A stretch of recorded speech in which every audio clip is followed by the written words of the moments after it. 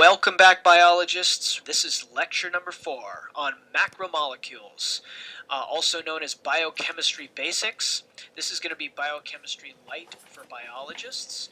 We're not going to go into very many gory details of the chemistry, but we are going to cover the major macromolecules and learn about the different classes of molecules that are important to your body. And you'll probably, after this lecture, better understand stuff like this. If you've ever seen these kind of advertisements, fat-free, low-carb diet, extra protein, what do these actually mean? Well, hopefully by the end of this lecture you'll actually understand, because it turns out that advertisers have figured out how to tap into your subconscious mind, get you to buy things unnecessarily most of the time. So let's go ahead and start with a fun little picture here. What does this mean to you? Let's say that you are standing here and goggling over all of this, and you're probably salivating right now. I can tell you that I actually haven't eaten dinner yet, and I am totally salivating looking at this. But is it me? Am I the one choosing this, or is it my subconscious brain that is looking at that and going, ooh, calories? Yeah, what does this mean to your body?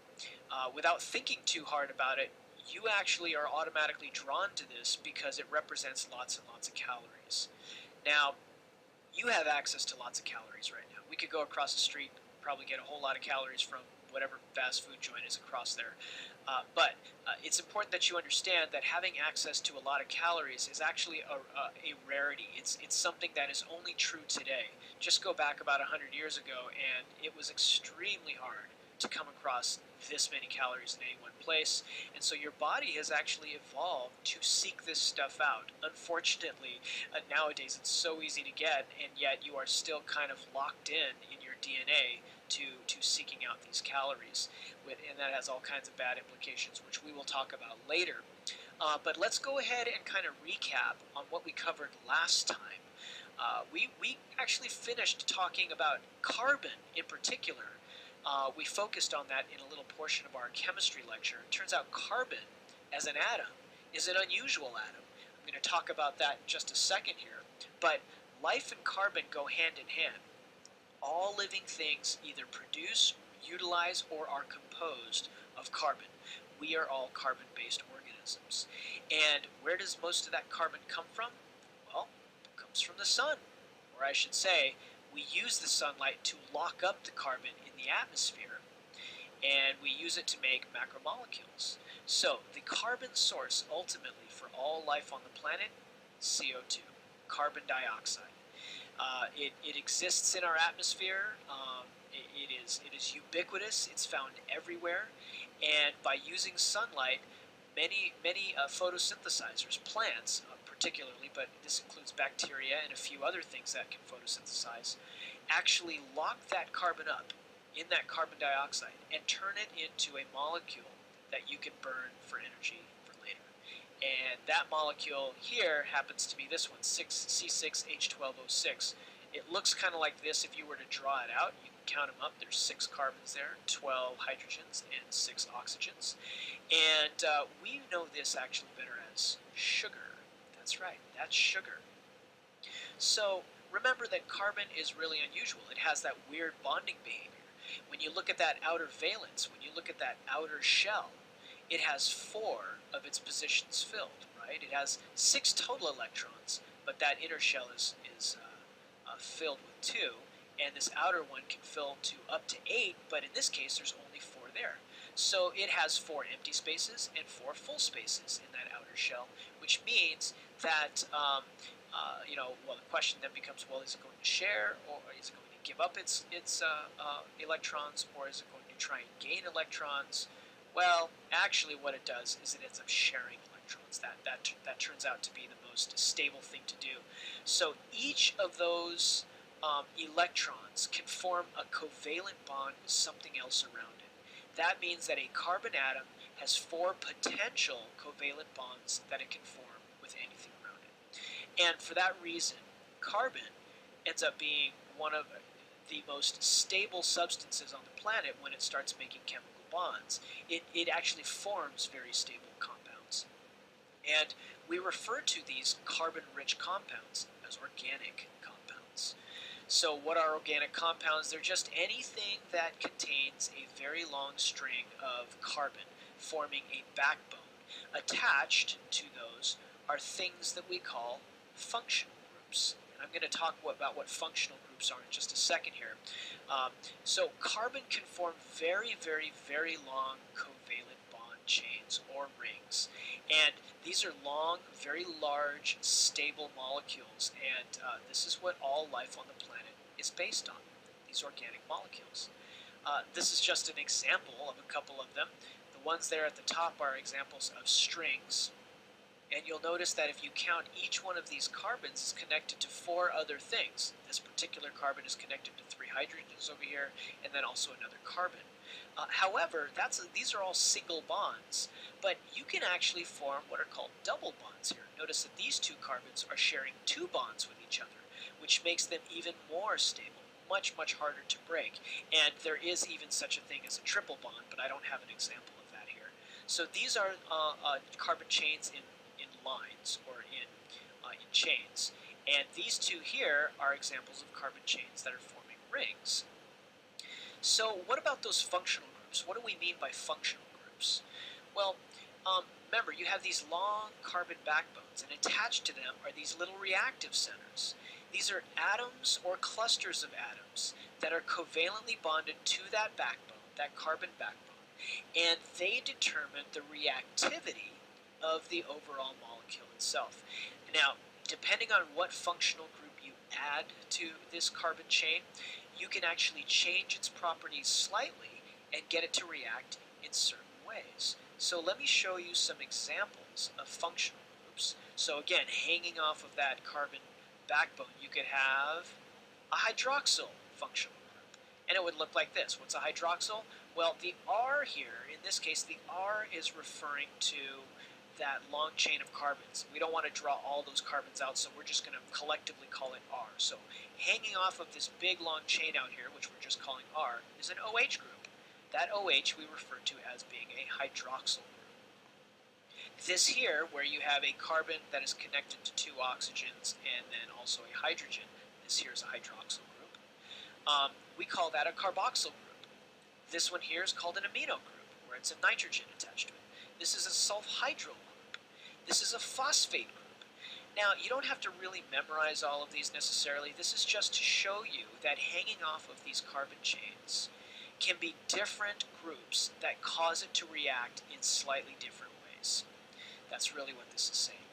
And, you know, it adds character. You can think of it like it's adding character to the molecule.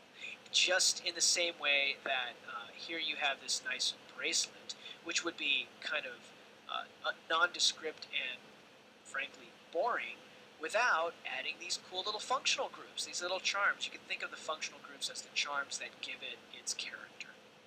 Now, how do you form these macromolecules? You form macromolecules by covalently bonding carbon monomers to each other. What's a monomer? This monomer here, mono refers to one, mer refers to a body. So a monomer is just like an individual body. And so let's say you have these 3 monomers here, and they're all kind of right next to each other. How do you link them together? Well, to link them together, you have to remove a water. That's really all this is. So here's a monomer, here's a monomer. This monomer has an OH group hanging off of it. It has another OH group hanging off it on this side. And all you do is take this OH group and you combine it with an H group from the OH group next to it. And what is this? HHO. That's H2O. How about that? So if you can extract the water from this, what you end up doing is allowing for these covalent bonds to form. This is called, since you're removing a water from this, it's called a dehydration reaction. So you want to string a bunch of monomers together? Well, if they have OH groups on it, that's really easy to do. You just cause a dehydration reaction to occur, and voila, you've created a chain. And, you know, to do this requires a lot of energy. You have to release huge amounts of energy to form this chain, but you can get that energy back potentially to go in the opposite direction. But at least when we're putting things together, it's kind of like connecting a train. Isn't that nice? Now, to go in the opposite direction here, when we've strung together monomers to make what's called a polymer. Poly means many. So a polymer is a string of many bodies. All we have to do to break this polymer apart is to add water back to it. So, adding water back, you simply break this bond right here, and you reconnect an OH there, an H there, an OH there, and an H there, and you're back to being a monomer. This is important for one macromolecule group in particular that we're going to talk about coming up next, the carbohydrates. So pay attention when we get to the carbohydrates about using dehydration reactions, and then the opposite of that, where you're breaking those bonds, called a hydrolysis reaction. Hydrolysis is when you add the water back in. Let me show you the root of that word. Hydro refers to water. Lysis refers to cutting, to cut. So if you're going to cut this and add a water, you're doing what's called a hydrolysis reaction. Okay. So macromolecules. Let's give you the lowdown on this. There really are four main types of macromolecules, and we're going to go through each one of these in basic. Okay, so we're not going to go into great detail, but we are going to go into some basic details. These are the four of them. Carbohydrates is the first one. That's the first one we're going to cover. Then we're going to go into lipids, proteins, and then nucleic acids. You might have heard of these first three, but maybe you haven't heard of this last one. We're going to go into that, and in fact, nucleic acids are very important because I'll just give you the punchline up front. DNA falls into the nucleic acid category there. When we go into nucleic acids, we're actually going to spend an entire lecture just talking about those ones in particular. But let's go ahead and focus now on carbohydrates, lipids, and proteins. Carbohydrates. You've probably heard of carbohydrates. If you have ever tried to do a diet, this is usually one of the focuses of those diets. Carbohydrates are extremely energy-rich substances, and this is where you get your quick energy is from your carbohydrates. You can actually store energy in the form of carbohydrates, and this is true of animals as well as plants. You'll notice you're looking at animals and plants here, mostly plants, right, or plant products like bread, that sort of thing. But look at this little beetle. Yeah, he's actually constructed of a carbohydrate too. We don't normally think about this, but his outer shell is a type of carbohydrate, as you will see in a little bit. And so not only can you use it for energy or energy storage, but you can use it as a structural material. So, for example, what makes trees stand up? Carbohydrates. That's right. Used in a very special way, in a very specific way. We'll talk about that in a second. So let's talk about some of the more basic carbohydrates. This right here, this molecule that you're looking at in the upper left, is glucose. Have you ever heard of glucose before? Glucose is one of the most simple sugars that we have, and sugars fall under the heading of carbohydrates. That's really what we're referring to here. And you can take a glucose, look what's hanging off that glucose, an OH. How about that? So potentially, if you had two glucose molecules right next to each other, or glucose and some other sugar, as long as it has an OH, you can perform, what's that called? What's that called? You can perform a dehydration reaction. That's right. And you can string them together and create a two-ringed sugar instead of just a one-ringed sugar. When it's a one-ringed sugar, we refer to that as a monosaccharide. Mono means one, saccharide is the scientific term for sugar. This is the simplest sugar form. Glucose is the classic example of a monosaccharide. Now, if we do a dehydration reaction and we actually take two monosaccharides and string them together, well, what do we have? We end up with a disaccharide. Di means two, saccharide again means sugar. So these are, we refer to these as short chain carbohydrates because there's two chains, there's two rings connected. Maltose is a great example of that. Sucrose is another good example of a disaccharide. Now, what about if we continue to do this dehydration reaction and we continue to string more and more and more of these monosaccharides onto it? What do we end up with? Well, we only distinguish between mono and disaccharides. When we get past disaccharides, we just call it a polysaccharide. A polysaccharide is just a complex carbohydrate, which is really just three sugar rings, three monosaccharides or more strung together. You can string thousands of them together if you want. Um, Now let's focus a little bit on monosaccharides. Here's another monosaccharide. Again, it is the simplest of all of the sugars, and that ring of carbon, that backbone ring, can either have 5 or 6 carbons in the backbone. So some good examples here include glucose. Glucose has 6 carbons in it, as we saw in one of the last slides, but you might have heard of the term fructose. Fructose is another simple monosaccharide sugar. And these are classic 6-carbon chain monosaccharides. But look at this, there's a couple down here that are really important. Ribose. Ribose is a 5-carbon chain. Deoxyribose. Ooh, you might have heard of that, right? Turns out that's the first part of deoxyribonucleic acid, DNA. So DNA includes a sugar in it. Isn't that interesting? So sugars, monosaccharides, classic examples of monosaccharides here. There are two 6-carbon chain monosaccharides, and really all you're doing to make them different, because remember these are 6-carbon chains, they have the same number of hydrogens, they have the same number of oxygens, they have the same number of carbons. So what makes fructose and glucose different? It's the arrangement. They are arranged slightly differently, such that glucose has like a 6-sided or 6-pointed hexagon. Fructose, however, is arranged in a 5-sided pentagon with that extra carbon right here popping up out of here, and it has another carbon popping down over here. And here you just have one of those carbons popping up. Okay, so that's the difference between glucose and fructose. Now, again, you take your monosaccharides, you perform a dehydration reaction, and for example, here's glucose, here's fructose. Let's string them together by performing a dehydration reaction, and voila, we end up with sucrose. Sucrose is table sugar. When you go to the store and buy a pound of sugar, this is what you're buying. When you put sugar, regular white sugar on your cornflakes in the morning, it's usually sucrose. That's what you're doing.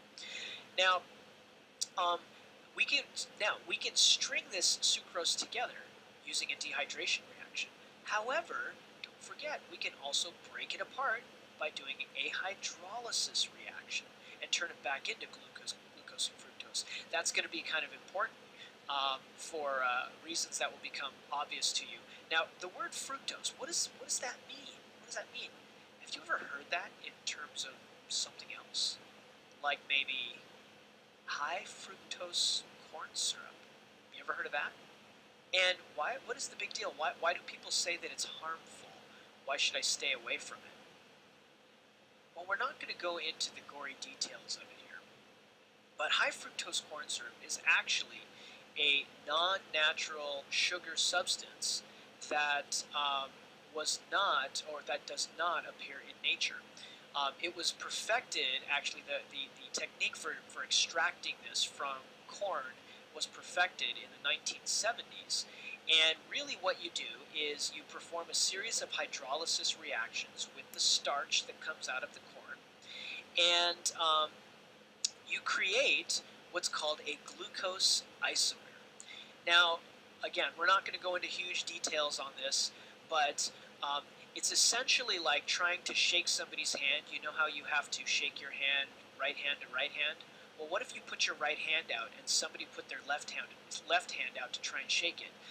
Yes, the hands look the same, but they are mirror images of each other, and a left hand does not fit with a right hand, does it? So what an isomer means is that's like that mirror image. Your body is very good at breaking down glucose, but glucose is like a right-handed molecule. It has a particular shape to it, and an isomer of glucose may look like glucose in the mirror, but it's the exact opposite. It's like trying to shake with somebody's right hand with your left. It doesn't work, and so your body has a really hard time breaking down uh, a glucose isomer.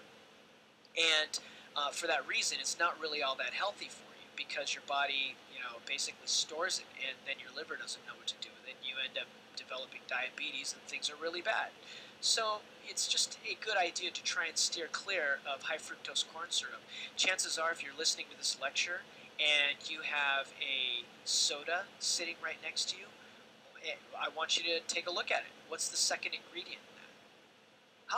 Probably high fructose corn syrup. That's right. You have to really pay attention if you're trying to steer clear of high fructose corn syrup. Email me if you have any questions or perspective on high fructose corn syrup. But let's go ahead and move on. Let's talk a little bit about polysaccharides now. Remember that these are straight branched or can be chains of many sugar monomers that have been all strung together with a hydrolysis reaction. And these are what you use to store sugar. Now, we're going to go through the gory details of how you burn sugar later. That's going to be in our respiration lecture coming up. But you can't just store sugar as pure sugar. Your body will start burning it. So you have to store it in a form that is neutral and inert, that you can burn at a later time. So polysaccharides are the perfect way to do that, to take all those monosaccharides, string them together so that they form this nice chain. And you can also use polysaccharides for structural material, as you will see. Cellulose and starch are two examples of plant polysaccharides. And cellulose in particular is what, it is the woody part of plants. You can think of it that way. The bark and the wood of trees are made up of cellulose. And you can't digest cellulose on your own. And actually neither can cows or any other animal. In fact, grass is also made up of a lot of cellulose. You might think, oh, well, don't cows eat grass? Yes, they do, but it is not the cows that are actually breaking down the cellulose and unlocking all of that great sugar that's in there. It is the bacterial fauna that live in their gut that are good at doing it. Actually, cows have 4 stomachs to deal with this very thing. But, when you or I eat celery or some other high fibrous vegetable, we're digesting all of the nutrients and taking all of the good stuff out of it. But the cellulose that's in it, we can't break that stuff down. We're not designed to be able to do that. Now, that's how plants store polysaccharides, is in the form of cellulose or in the form of starch. Here's starch. And starch is really interesting stuff because it's just sugar that has been formed into these huge polysaccharide chains. And so all of that good stuff that's in a potato, for example, all that starch is really just sugar that has yet to be unlocked. It's all in the form of a polysaccharide at that point. So what is a plant actually doing? Again, a plant is using carbon dioxide from the atmosphere, light energy to drive a chemical reaction, and they're combining it with water that they pull up from the ground to lock them up into sugars. But if you were a potato plant, for example, then not only are you collecting sugars, but you're also stringing those sugars together to put them into the form of a polysaccharide or a starch that you can store for later use.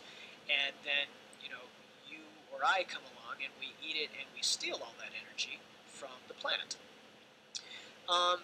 So how many meals do you eat a day? Right? Maybe 3, maybe 12. I don't know. How many meals do you eat? The point is that we can't eat once and then go for a week.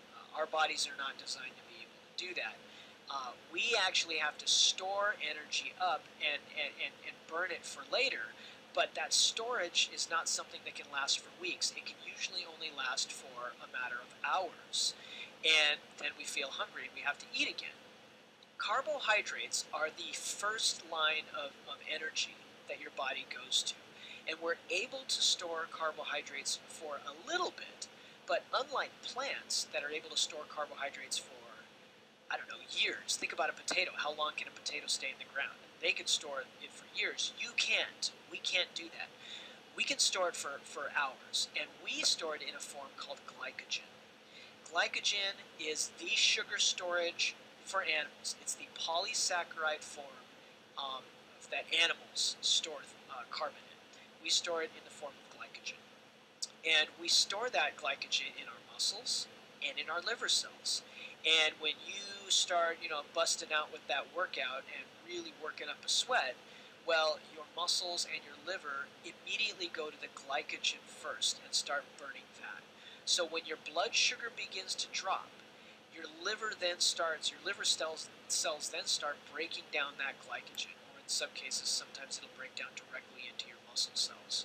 But it will then break the glycogen down, releasing it as glucose, and then your body starts burning the sugar once again. And it isn't until after all those glycogen stores are burned up that your body then turns to other forms of energy storage, like fat, for example. So hey, you want to burn off some of that fat? Well, you have to burn through your glycogen stores first. How about that? Okay, what about that structural material in animals? We've talked about structural materials in plants, right? Cellulose, right? Well, animals, certain animals, and then also other living organisms like fungi, that mushroom down there is not a plant. Of course, it's not an animal either. It's an organism unto itself. Fungi and also certain animals can use polysaccharides to make structural material.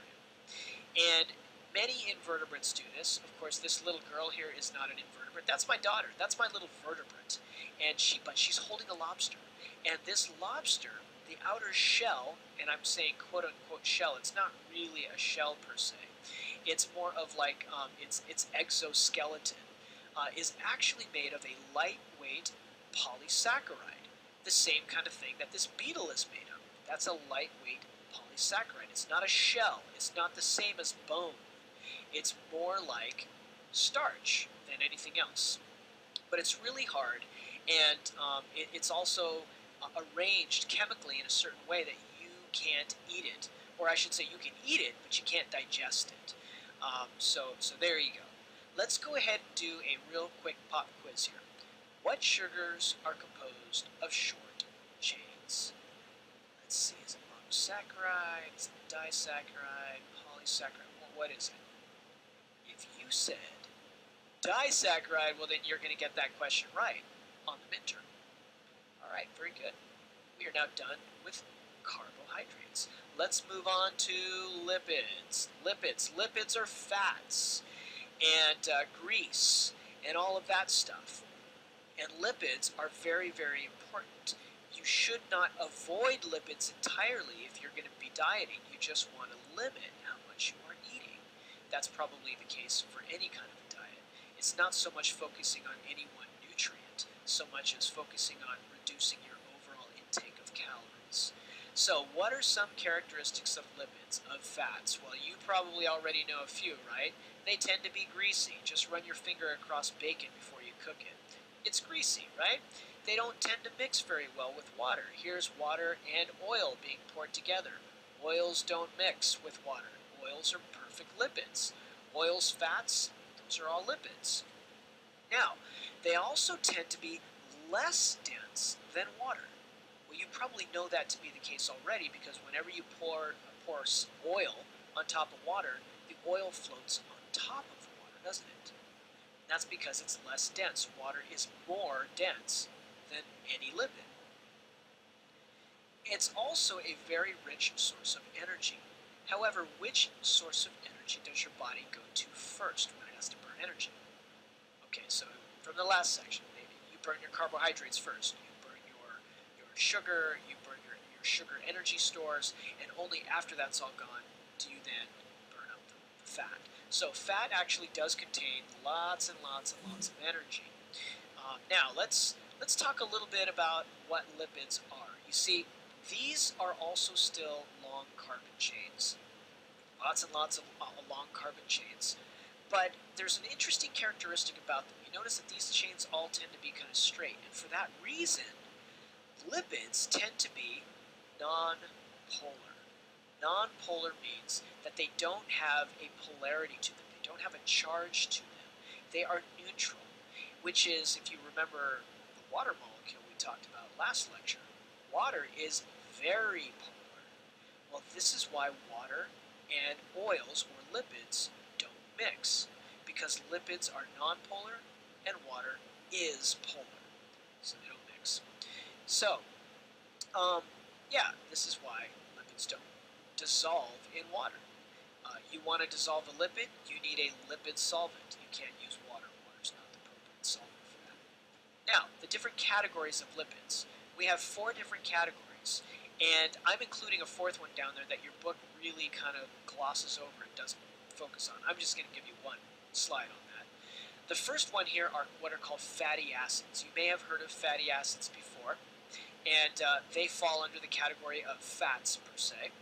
But there's this second category called phospholipids. As the name implies, these are lipids that have a phosphate group attached to them in a very unique way. Steroids. Yes, that's right. Steroids are actually a type of lipid. And then waxes. Waxes are also a type of lipid. This is the one that's not really focused on in your book. Now, I'm going to kind of go out on a limb here and tell you that fat is actually a good thing. You need fat. You need a little bit of fat in your diet all the time. The key word is a little bit. Again, you don't want to overdo it with the fat, but then again, you don't want to overdo it with anything. Everything in moderation, and fats included. Fats actually have more than 2 times the energy load that you would find in starches or carbohydrates. It's interesting that more than 2 times as much energy per unit of fat.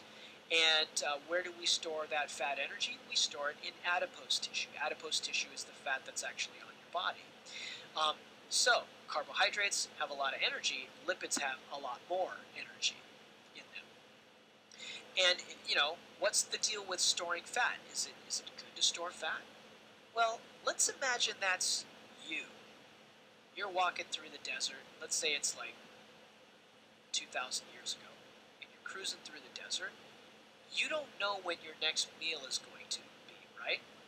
So when you encounter something, you immediately go to the high energy parts of the plant or the animal that you're going to eat. Maybe it's very fatty, but you know what? Store up that fat. So let me ask you, is it better to be skinny or chubby? Back then, 2,000 years ago.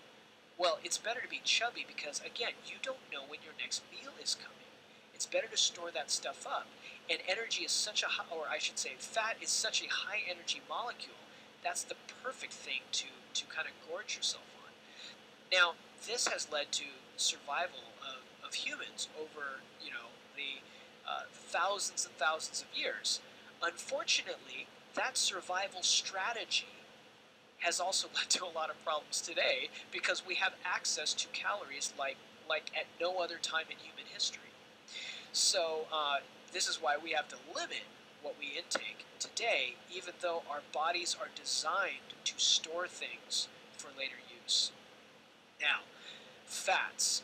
This is an example of a fatty acid. Fatty acids generally have this short carbon chain right here, this 3 carbon chain. And attached to the oxygens on this 3 carbon chain are 3 very long carbon chains.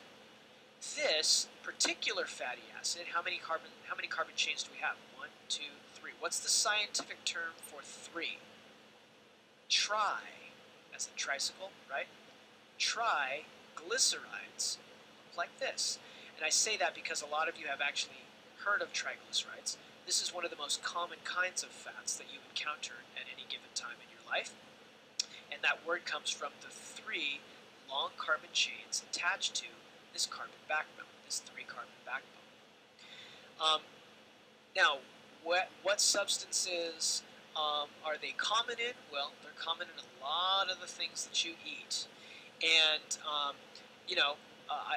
those chains that were hanging off of that 3 carbon backbone, in some cases they look just like this, where they're really, really, really long single carbon chains attached to, hydrogens and other carbons, forming that nice lattice. But notice here that 2 carbons have a double bond that they're sharing, right? Well, that's kind of unusual. You have, in one case, what we call a saturated bond, saturated carbon chain, and that's where you have single bonds only. But when you have a double bond, we call that unsaturated. It has not been saturated with what? In this case, hydrogens. This one off to the left, all these carbons have been saturated with hydrogens. They're connected to as many hydrogens as they can.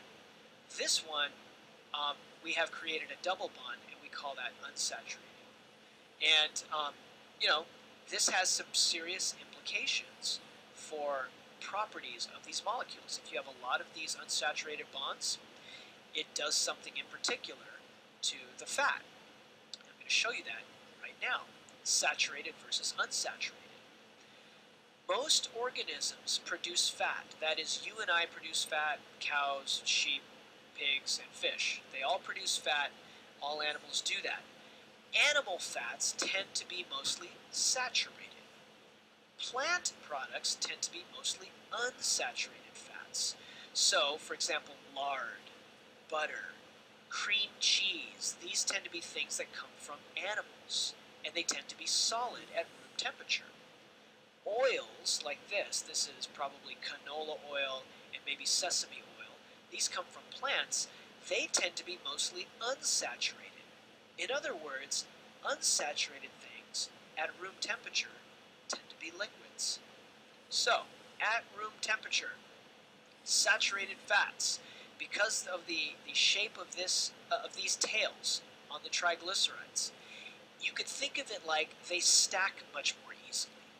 You can actually place them much more closely to each other, and you can stack like the pages in a book. They stack very, very easily. And so for that reason, they are solid at room temperature, whereas unsaturated fats remain flowing liquids because they have these kinks. And these kinks in the tails prevent them from packing down. Imagine taking a phone book which folds up nice and easily, containing a whole lot of pages in a very small space, and then taking each of those pages and crumpling them up, and then trying to close that thing back up again. It won't work. And for that reason, fats that are unsaturated tend to remain liquid, like you see here, corn oil. Great example. Lard in particular, I just thought I would show you this fun picture here. Lard is an animal fat coming from pork, coming from pigs, and it makes for really good cooking, and I'll tell you, it tastes great, but you gotta go really easy on the lard, because having too much lard, having too much of saturated fat in your diet is not a good thing. Does that mean you should be avoiding all saturated fats? Not if you have self-control. If you can go by and just eat a little bit of this at all times in your life, well, then you're probably going to be okay. Now, having said that, if you have particular health problems, if you suffer from being obese, or your family tends to accumulate this stuff in your body and you tend to get fat very easily, yeah, maybe you might want to steer clear of the saturated fats. Now, are all fats bad for you? Well, no, because you actually use this to construct some very important things in your body. This is a phospholipid. This is that second variety of lipid. As the name implies, again, phospholipids contain a phosphate group on them. Here's a phosphate group. And in this case, it has a two carbon chain attached to it here, with a double bond in one of the positions. So these are your fatty acids, two fatty acids attached to a phosphate chain. That's what a phospholipid is. And this is the main component of cell membranes. Yes, so you don't want to avoid these fatty acids entirely, because your body uses fatty acids to construct the cell membranes of every cell of your entire body. So let me back up real quick. I'm just going to refer to this two-tail chain and this phosphate head. When I show you this picture, that's kind of what each one of these is referring to. There's the phosphate head with the two carbon chains hanging down, two fatty acid chains hanging down. And what's neat about these molecules is that if you have a gazillion of them and you throw them all into a container together, they spontaneously form themselves into sheets, just like this. Why do they do that? Well, because if I back up again, you'll notice that having a phosphate head on you right here actually makes the head polar. It gives it a polarity. It's like a battery. Even though the two very long carbon chains here, these two fatty acids, are nonpolar. So you end up with a nonpolar tail and a polar head. And when you take a nonpolar tail and a polar head in a molecule, and you throw a gazillion of them into a container, they immediately line up so that the nonpolar sides are seeing the nonpolar sides of other molecules around them. And the polar sides end up getting pressed out. Now, why is this so novel and so interesting for cells? It means that water actually gets attracted to the polar side, but not the nonpolar center. In other words, water may come up and actually contact this cell membrane, but it will not pass through. How about that? So this is a great way of keeping a watertight container. Having these phospholipid bilayer cell membranes. Water comes and contacts here. Maybe this is the water on the inside of the cell. It contacts here, but they don't cross unless the cell actually wants it to. Okay, let's move on to cell type onto lipid type number 3, steroids. This is a steroid scaffold here with 4 fused carbon rings, and if you hang functional groups off of them, you can actually create really interesting steroids, like, for example, sex hormones. That's right, the hormones that tell your body that you're either male or female follow this form, and you just hang different functional groups off of them. You can take the same shape, hang functional groups off in different ways, and voila, you have cholesterol. Is cholesterol a bad thing? Well, in high amounts, yes it is. But in the proper balance, it's actually very important because you need cholesterol to make vitamin D. You actually convert cholesterol into vitamin D through a chemical process in your body. So here you have the sex hormone, testosterone, which makes you male, or estrogen, which makes you female. And you'll notice that these molecules look very similar to each other, with a very small difference that this has an OH down here, and this has just a double bonded O, and then another carbon functional group hanging off. But other than that, the scaffolding is very, very similar. So it's interesting that what makes males and females different, at least molecularly, is not very much at all. Now, cholesterol in particular, too much of that, too much saturated fat, or trans fats, which we'll talk about a little later, are not very good for you. They can clog your bloodstream, and eventually they can shut down flow in your arteries. And if you have that, well, then you end up with a heart attack, and you could either be very debilitated from it, or worse, you could die from it. This could also cause strokes and arterial sclerosis. Also not a good thing. So hey, limit the cholesterol, but you don't want to eliminate it because your body does in fact need it. Now that last lipid type, waxes. Waxes are something that a lot of animals can produce. Certain plants will produce it too, and other organisms. But animals produce waxes in very unique ways, and we do it to waterproof ourselves, as in the case of this bird here. These birds are actually preening themselves. They're actually wiping the waxy substance that forms on the tip of their bill all over their feathers to keep themselves waterproof. And of course the cuticles that cover a lot of plants are also made of wax. But look at this, beeswax, very, very important. So here's an animal that is actually chewing this stuff up and spitting out and making this waxy substance in which it keeps its young. So that's kind of neat.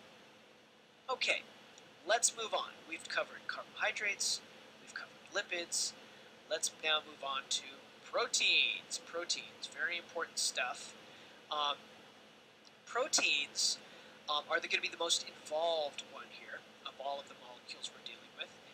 They pretty much make up all living tissue from all living organisms on the planet. They are the most diverse biomolecule with literally millions of examples, and they are all made up of what are called amino acids. You can take amino acids, form them into chains, and you end up with a myriad of different proteins. You need proteins for support. For example, your hair, your nails, spider silk is made up of proteins. You need them for metabolism. Enzymes are also proteins. You need to add enzymes to help break things down or build things up. Transportation proteins. Hemoglobin. Hemoglobin is a protein that is found in your blood cells that helps attract oxygen and transport oxygen around, and then also transport carbon dioxide out of your body. You also need proteins for defense. All of your antibodies in your body that guard you from getting the cold or getting the flu, these things are all proteins. You also use them for regulation. While some hormones fall under the category of lipids, most hormones fall under the category of proteins. And insulin is a classic example that I'm going to show you a little bit later. And also motion. Proteins are used in muscle, and they can actually contract in ways that other molecules can't, giving you movement. Isn't that nice? So let's now talk about amino acids, the basic component of all proteins. Amino acids are small organic molecules, and they are composed of three different things. All amino acids are like this, all of them. You have a central carbon right here, and on one side you have an amino group, and remember, an amino functional group is one that it contains a nitrogen. On the other side you have what's called a carboxyl group. That carboxyl group we've seen before too. These two things don't change in any amino acid. What makes an amino acid different from another is this functional group. And the functional group is really, really important. How do you string amino acids together? Can you guys see on here something that might help you string it together? Now, hopefully you might be recognizing this OH group over here. And maybe you recognize an H over here. Well, what is that OH and that H? If you were to combine them together, you actually can form a chain. Isn't that nice? So the R group here, the functional group that hangs off of here that makes the amino acid different, determines the property of that amino acid, basically what it does, how it works, and all of that. So anyway, let's string all of these amino acids next to each other and then perform a dehydration reaction, and voila, we have now strung these amino acids together to form a protein. This here is a slide just giving you a variety of different proteins. I am not going to test you on this. I'm not going to require you to memorize proteins, or I should say memorize amino acids. But there are 20 of them. There are 20 of them. How do we arrive at 20? Well, I'll show you that in just a second.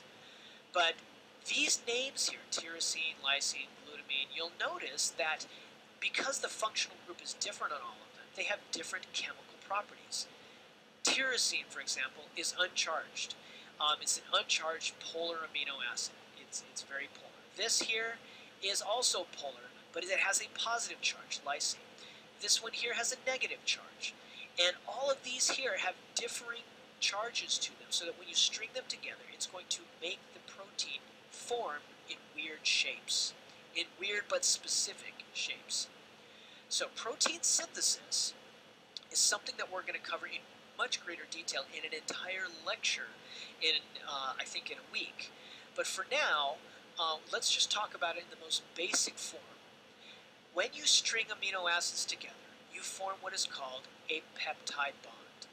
And that dehydration reaction forms a peptide bond. It's a covalent bond that links amino acids together, where the amino acid, where the carboxyl group meets or combines with the hydrogen of the amino group next to it. So this is a dehydration reaction. You probably remember that. In this case, we have a single amino acid. In this example, let's just say that this is glycine and this is another amino acid. We're sticking them next to each other, forming a dehydration reaction, and voila, we have now formed a dipeptide. But we're going to add another one. In this case, we're going to add a valine onto it. We're going to perform another dehydration reaction. Voila, we now have a polypeptide. Poly means many, peptide refers to amino acid chain. So how can there be so many different proteins? I told you early on there were literally probably hundreds of thousands, if not approaching millions of possible proteins out there. How do you get millions of possible proteins if you only have 20 amino acids? That doesn't seem to make sense. What it comes down to is the shape of the protein. The structures can actually differ from these proteins in four very important ways. The first way that it can differ is in its primary structure. Now, I have thrown a myriad of videos and flash animations up on the Blackboard site, so make sure that you are looking at the videos that correspond with these structural shape differences. Primary structure is the actual sequence of amino acids. Obviously, if you swap one amino acid for another, it completely changes its primary structure. And that's unique for all proteins. Imagine, it's kind of like stringing words together. The string of words is the primary sequence. Now, in this case, the human alphabet, or the human, the English alphabet has 26 letters in it. We're talking about stringing things together using only 20 representatives, 20 amino acids. So imagine trying to form sentences with 20 amino acids. Insulin is a good example. I'm showing you insulin here. Now, each one of these little boxes here is a different amino acid that has been strung together. This is phenylalanine, valine, aspartamine, glycine. All of these things are being strung together. Don't worry, I'm not going to ask you to memorize any of this stuff. This is just giving you an example that the order in which these green boxes have placed tell you insulin's primary structure. Okay? Now, so this is primary structure here. Now, the protein now has a shape, though, that emerges from that primary structure. It actually folds in on itself, and that structure is actually determines the function of that protein. I've just shown you the example of a primary structure, but you can complicate this a little bit more through what's called secondary structure and tertiary structure, and eventually quaternary structure. Quaternary means fourth level. And I'm going to give you a couple of really good examples here, but this slide kind of summarizes it all, then I'll go into greater detail as we go. Primary structure, again, is the actual sequence of amino acids that you string together. Secondary structure is the folding that occurs when certain amino acids are placed next to each other. Let's say you place one amino acid that has a positive charge next to an amino acid that has another positive charge. Well, these things are going to push against each other, and they're going to cause the amino acid to kink at that location, and they will actually begin to fold. When it folds, they can then form hydrogen bonds with other amino acids around them, building a three-dimensional shape. So these are all examples of secondary structure. When these molecules then collapse in on each other and form this big, massive ball, that's tertiary structure. When you take this massive ball and you expose it to other massive balls around it, like in the case of hemoglobin, this is going to be the classic case, you actually end up with quaternary structure. So the quaternary structure of hemoglobin is actually four different amino acid chains that have tertiary structure to them, each individual one. Okay, that might not have made sense to you going through it the one time, so let's go through it in another way. Primary structure. Again, we're back to our insulin molecule. The primary structure here is actually designated by the linear sequence of amino acids, as I've said before. So just stringing these amino acids as they are is the primary structure of insulin. And this can influence the shape of the molecule in two main ways. Number one, it can allow for hydrogen bonds to form between different amino acids along the chain. They will begin to fold on themselves by forming hydrogen bonds. It ends up putting the functional groups, so all those little things hanging off, into positions where they can actually interact with their neighbors. So that is primary structure. The actual interaction of those functional groups with their neighbors creates secondary function, or secondary structure. When they actually fold and begin to interact with themselves. And this is one example of secondary structure, these sheets, these folded sheets, versus this coil here. That's an example of a secondary structure. Tertiary, and these bonds end up shaping the protein. Now, tertiary structure occurs when the functional groups begin to interact in a three-dimensional shape, and they form these weird 3D molecules that are very large in size. What you're looking at here is the tertiary structure of a particular molecule, and when you have enough of these things interacting with each other, you end up with quaternary structure. Here's that same molecule right here. It's one of the components to hemoglobin. Hemoglobin, though, is made up of 4 different macromolecular components, and it is the one that is essential for holding oxygen and transporting it around in your body. So some proteins are actually made up of more than one polypeptide chain, thus making quaternary structure. Now, is the order of amino acids really all that important? I mean, what if this was just off by one amino acid? Would that really affect this hemoglobin? Yes, it would, in a very important way. In fact, a disease known as sickle cell anemia is the result of such an error. In this case, we have normal hemoglobin, which is a string of where the primary structure is very well demonstrated. You have to have these 7 amino acids strung together in this order. If you don't, and you accidentally replace this glutamine right here with a valine, just by random chance you accidentally insert this one where it should have been this, it totally screws up the hemoglobin molecule, and it ends up producing a cell that looks sickled like this. This sickled cell does not transport oxygen as well as a normal cell. So yes, the primary structure is very important. It ends up changing. If you mess it up, it ends up changing the secondary structure, and hence the tertiary structure, and ultimately the quaternary structure as well. Okay, so let's go ahead and do a little review here. Protein structure, the primary structure is the actual amino acid order. The secondary structure is all of that folding and hydrogen bonds that hold it together into that three-dimensional shape, which continues to take on a further three-dimensional shape through tertiary structure when all the functional groups begin to act on each other.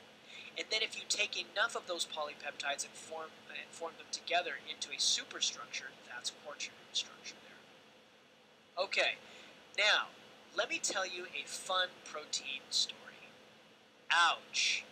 This is a guy who has been stung by a Portuguese man of war. He's wearing his sunglasses so that you won't see the tears streaming down his face. It actually hurts a lot. But there is actually a way to battle this. You see, here's Physalia physalia. That's the genus and species name of this jelly right over here. You don't have to memorize this. Just know it as a Portuguese man of war. But the sting, the actual venom that it injects into your body, is a protein. Well, that's kind of cool, right? Well, what do you do if you're in this situation? Well, you should run to the lifeguard. Yes, this is Baywatch, and this is David Hasselhoff, and he's going to help you. What is he going to reach for? He's going to reach into his bag of tricks and pull out a bottle of vinegar. Yes, why a bottle of vinegar? Well, turns out he takes that vinegar, pours it over your wounds, and it feels so much better. Why did the pain go away? Well, it went away because it turns out that biomolecules, especially really large proteins, are very affected by the chemical environment in which they find themselves. Proteins are especially sensitive, although all molecules are, all macromolecules are, proteins in particular are very sensitive to the chemical environment.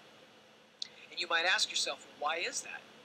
Well, it's because what is holding that protein together? What is determining its tertiary and quaternary structure, and actually ultimately its secondary structure? It is the interaction of all of those components of the amino acids forming that 3D structure. If you put it in the presence of vinegar, which is what kind of substance? Vinegar is an acid, isn't it? Well, if you put it in the presence of an acid, those acids are going to flood that environment with extra protons, which are going to totally break that molecule apart. The different parts of the amino acid chains are not going to be interacting with each other. They'll be ending up interacting with the acid, and the whole molecule is going to fall apart. So, while Hasselhoff is so smart, right? What happened? Well, remember, toxins are proteins, vinegar is an acid, and when you do that, the protein denatures. You end up completely disrupting the three-dimensional shape. It ends up breaking these weak bonds, and what are the causes? Well, pH. You can change the pH. We talked about the pH scale last lecture. You just flood the area with acid, like vinegar. If you don't have vinegar around, okay, use an orange or something that has high acid content to it. You can also do it with temperature, it turns out. Temperature also denatures proteins. You know this to be true, and I'm going to show you how you know this in a second. But ultimately what we're trying to do is destroy the shape of that toxin, of the venom, and it will stop hurting. Now, what happens if you don't have any vinegar? Well, if you don't have any vinegar, what's your other option? Here's a guy that got stung. Well, this is where you figure out who your true friends are. You see, what you need to do is go and get a friend and ask them to pee on you. Because what is pee? Well, pee is a mild acid. Of course, one thing that's really important for you to understand, if you're ever stung by a jelly, don't turn to your drunk friends to pee on you. Because they've usually been drinking a lot, right? And their pee is usually very watered down. Well, watery pee is not as acidic as, if you've been holding it for hours and you haven't been drinking a lot. So, if you absolutely have to get peed on, right, turn to your non-drunk friends first. They are the ones. And the problem here lies in this. Usually it's your drunk friends that will automatically volunteer to pee on you. Decline their offer and turn to your friends that are not drunk yet. Ha, how about that? Anyway, why does pH work? Well, again, the protons, the extra hydrogen ions that you're flooding the area with, are going to end up interfering with all of those perfectly good hydrogen bonds in the proteins, and it's going to break it all apart. And why does temperature work? Well, heat actually does a similar thing. It actually causes the expansion or vibration of atoms, and those bonds break apart. And sometimes you can actually fix those breaks will remain permanent. Here's a good example. This is a protein, and this is a protein heated and denatured. You've actually fixed it into a form that is now permanently in. Now, what's another good example of how we do that using heat or chemicals to denature proteins? Well, I wanted to show you these two funny pictures because they've done some pretty interesting things with their hair. And when you go and get a perm, that's precisely what you're doing. You're actually affecting the protein bonds in your hair. So yeah, nice hair, guys. What you're actually doing is denaturing the tertiary structure of the polypeptide chains in your hair when you add noxious chemicals to it. So next time you see somebody with a perm or with a really good hairdo, all you have to tell them, because this is what they're doing, they're breaking apart those bonds. I really like the way you have rearranged the tertiary structure of your hair's polypeptides. I'm sure that will get you invited back to the party. Anyway, this is how it works. Normally, you have a lot of these sulfur bonds, and in this case, the amino acids in your hair are loaded with sulfates. And these sulfur bonds, you break them when you add the perm chemicals. And then you have to reattach all of those chemicals, but you do it by reforming your hair in one way and then asking those bonds to reform. So you go from having straight hair to wavy or curled hair. So that's how that works. Congratulations, you have now made it past the carbohydrates, lipids, and proteins. Let's now talk about nucleic acids. As I mentioned, we are going to have an entire lecture unto nucleic acids, so we're only going to give you nucleic acid light right now. We'll do them in much more detail later. Okay, nucleic acids, as I implied. These are molecules that are involved in DNA, and also a related molecule called RNA, which, again, we're going to talk about that in detail too. These molecules are composed of chains of nucleotides. And what is a nucleotide? A nucleotide is a type of molecule that is made up of these three things. Number one, a sugar. Number two, a phosphate group.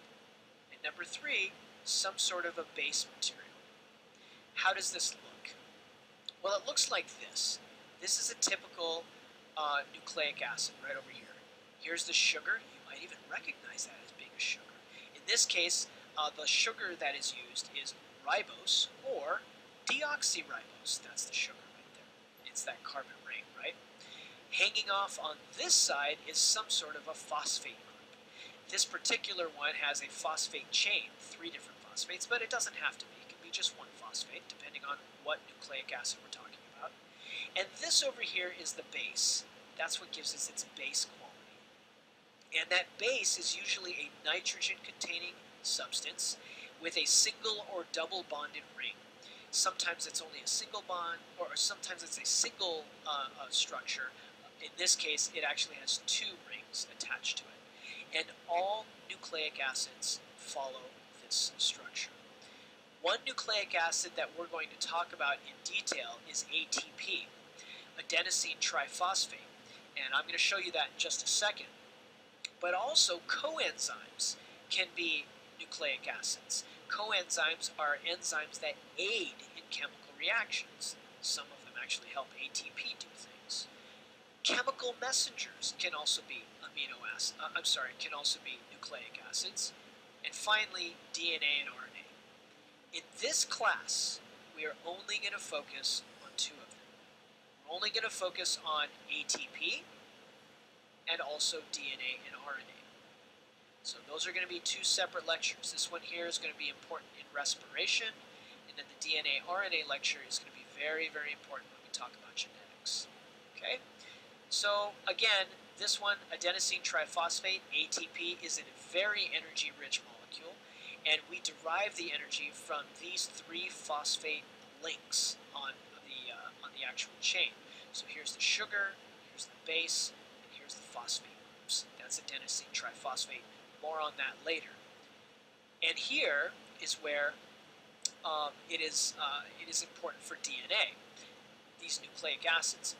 There are only 4 different nucleotide types in DNA, and I've cited them right here. Adenine is the A, thymine is the T, guanine is the G, and cytosine is the C.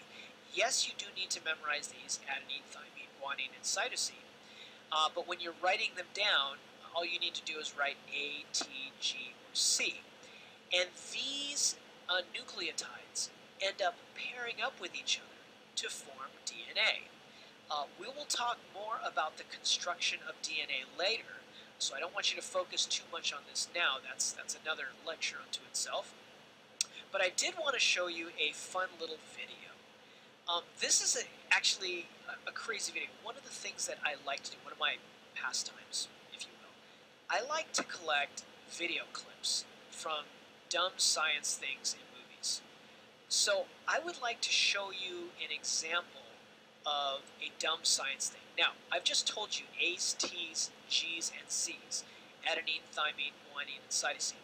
I want to show you this clip from this movie Red Planet, which has Val Kilmer in it. It's actually a really good movie otherwise, but they make some pretty stupid science errors in it. So let me show you that clip right now. But your mom told you to tell kids before. I'm a geneticist. I write code. Okay? A, G, T, P, in different combinations. Hacking the human genome. Okay?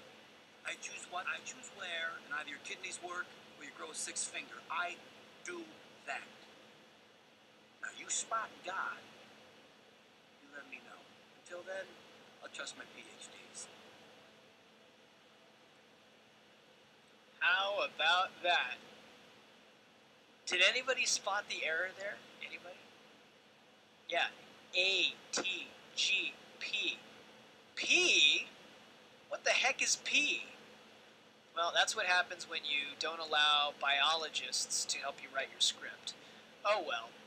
Anyway, I love looking for clips like that, so if you guys find anything, definitely send it my way. That would be a lot of fun. And if you didn't catch that, go and rewind it. Watch that video again. I'm going to go ahead and post that video actually up on Blackboard. Okay, now DNA, its relative molecule, its related molecule here is RNA. And RNA actually is very, very important stuff. It helps with protein construction, and again, we're going to go into all those gory details later. They tend to be a single strand of DNA instead of a double strand. And they also are made up, RNA is also made up of 4 nucleotides. The difference is that one of them is a little different. So they also have, RNA also has adenine, guanine, and cytosine, but instead of thymine, it's replaced with uracil. Now, the significance of that will be apparent to you later, but just remember that in DNA, we have A, T, G, and C. In RNA, we have A, U, G, and C. And, of course, DNA and RNA is incredibly important. It is what we know to be the central dogma of biology. It is right there at the heart of it. It actually is all of the instructions for transcription of information from the DNA to RNA, and eventually creating all the proteins in your body. So if you've ever wondered, well, I know all of the information on how to make me is in the DNA. Well, how do you get from that DNA to an actual organism? Fear not. You are actually going to learn this in this class. We're going to learn how RNA gets rewritten from DNA, and then how the information in that RNA gets translated into proteins. And it is basically the backbone of all molecular biology. And, of course, we're going to cover this more later. You guys ready for a little quiz? A little pop quiz? How about this? Why does my bacon pan have a solid white residue if I let it cool? What do you think? Big fat molecules have kinks in the tail? Big fat molecules have straight tails? Big fat molecule shape is not important? Or pigs have molecules? Which one did you choose? If you chose number 2, then you're going to get that question right on the midterm exam. And with that, ladies and gentlemen, we are done with chemistry. I will see you all in cyberspace in the next lecture.